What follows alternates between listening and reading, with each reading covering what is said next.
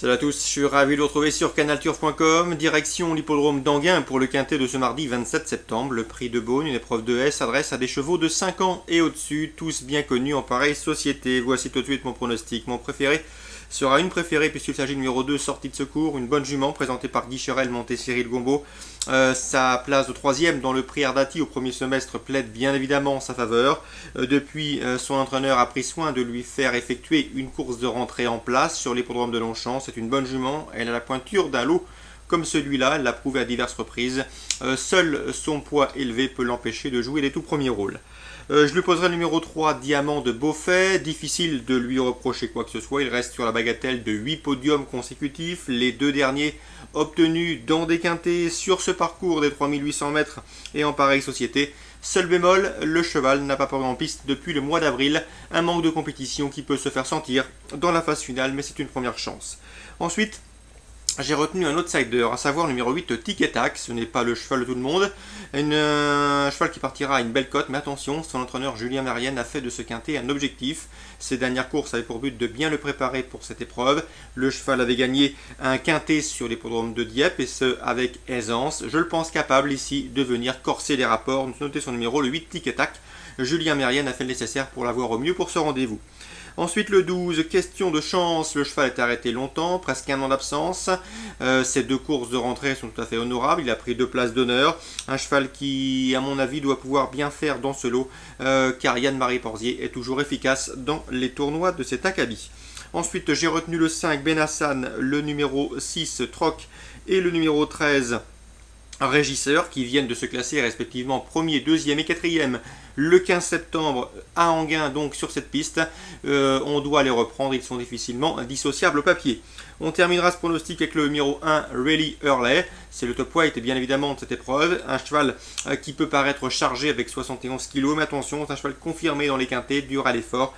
Il compte déjà 8 participations dans les quintets, une victoire et 4 places, un très bon ratio qui l'autorise à briguer une belle place. Résumé chiffré pour ce quintet, le 2 sortie de secours, le 3 Diamant de Beaufait, le 8 Tic et Tac, le numéro 12 question de chance, ensuite le numéro 5, 6, 13 et As. Concernant les informations cueillies auprès des professionnels, on va prendre la direction de la Réunion 3 au Sable d'Olonne, avec dans la première la belle chaleur de Philippe Chemin qui présente le 104 Thio de Casse. Le cheval débute sur les balais, mais attention, il travaille très bien le matin. Philippe Chemin est assez confiant, voire même très confiant d'emblée. Donc le cheval devra afficher de très bons débuts dans la discipline. Même constat et même remarque pour le 105 Tsar Pretender, présenté par Pascal Journiac, lequel serait déçu de ne pas voir son représentant s'illustrer d'emblée. Donc deux belles informations pour des chevaux qui ne seront a priori pas favoris. Le 104 Thio de Casse et le 105 Tsar Pretender. Dans cette même épreuve, on fera confiance, bien sûr, Eric Leray, toujours efficace avec les AQPS et les autres que pur sang. Le 101 Tripolo. Le 103 Tango d'Anjou, présenté par Arnaud Chaillet, mérite également que l'on s'attarde sur sa candidature. Donc 104, 105, deux belles infos Canal Turf Radio. L'opposition, le 1 et le 3, pourquoi pas tenter en jumelé, voire trio.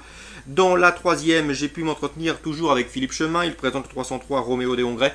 Le cheval reste sur une excellente place de 2e et Vichy, face à une opposition somme toute assez bien composée. Ce jour-là, il a vraiment séduit son entraîneur, mais également un petit peu étonné. Si le cheval répète cette valeur, il ne devrait pas être loin de la vérité. Le 303, Roméo des Hongrais. L'opposition, le 308, Perle Sainte, elle a eu des petits problèmes de santé. Alain Coutil, elle l'a maintenant au mieux. La jument est prête à s'illustrer dès cette course de rentrée. Donc mettez-la également dans un jeu élargi. 303 Roméo des Hongrais, 308 Perle Sainte.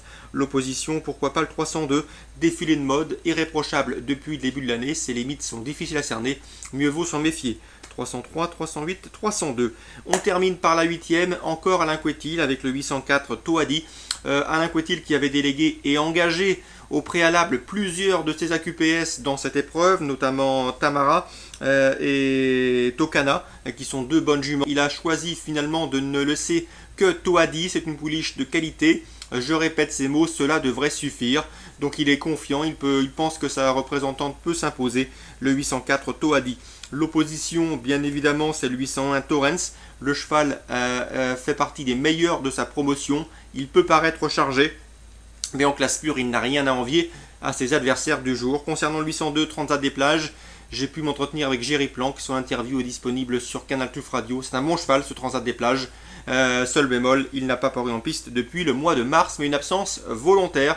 Son entraîneur l'a volontairement arrêté afin de lui donner un bon break. 804 Toadi, l'opposition principale, le 801 Torrens. Voilà pour ce mardi 27 septembre. Très bon jeu à tous et rendez-vous demain.